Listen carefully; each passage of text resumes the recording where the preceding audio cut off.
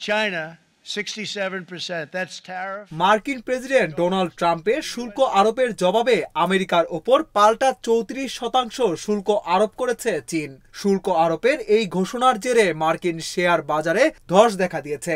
গতকাল শুক্রবার S&P 500 সূচক কমেছে 5.97%। ডাও জোন্স ইন্ডাস্ট্রিয়াল এভারেজ 5.5% পড়ে যায়।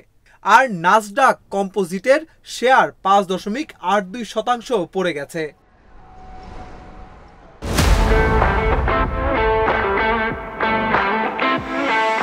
এদিকে আমেরিকার পক্ষ থেকে প্রেসিডেন্ট ট্রাম্পের শুল্ক আরোপের ঘোষণার পর এশিয়ার দেশগুলোর শেয়ার বাজারেও ধস দেখা দিয়েছে।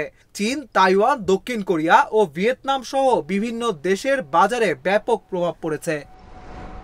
বিশ্লেষকেরা মনে করছেন ট্রাম্পের পাল্টা শুল্ক চাপানোর ঘোষণায় মূল্যস্ফীতির সম্ভাবনা দেখছে ওয়াল স্ট্রিট। এর জেরে মার্কিন বিনিয়োগকারীদের মধ্যে শেয়ার বিক্রির হিড়িক দেখা দিয়েছে। বড় বড় প্রযুক্তি প্রতিষ্ঠানের শেয়ার থেকে শুরু করে অপরিশোধিত তেলের দরে ধাক্কা লেগেছে শুক্রবার। এর মধ্যে চীনের পাল্টা শুল্ক আরোপ শেয়ার বাজারে আরও প্রভাব ফেলতে শুরু করেছে। গত মঙ্গলবার চীনা পণ্যে 34% শুল্ক আরোপ করার ঘোষণা দেন ট্রাম্প। আগে থেকে দেশটির পণ্যে 20% শুল্ক থাকায় মোট শুল্কের পরিমাণ 54% পৌঁছায়। এর পরিপ্রেক্ষিতে গতকাল শুক্রবার চীনের অর্থ মন্ত্রণালয় আমেরিকার ওপর নতুন শুল্ক কার্যকরের ঘোষণা দেয়। সব মার্কিন পণ্যের ওপর অতিরিক্ত 34% শুল্ক আরোপ করেছে বেইজিং।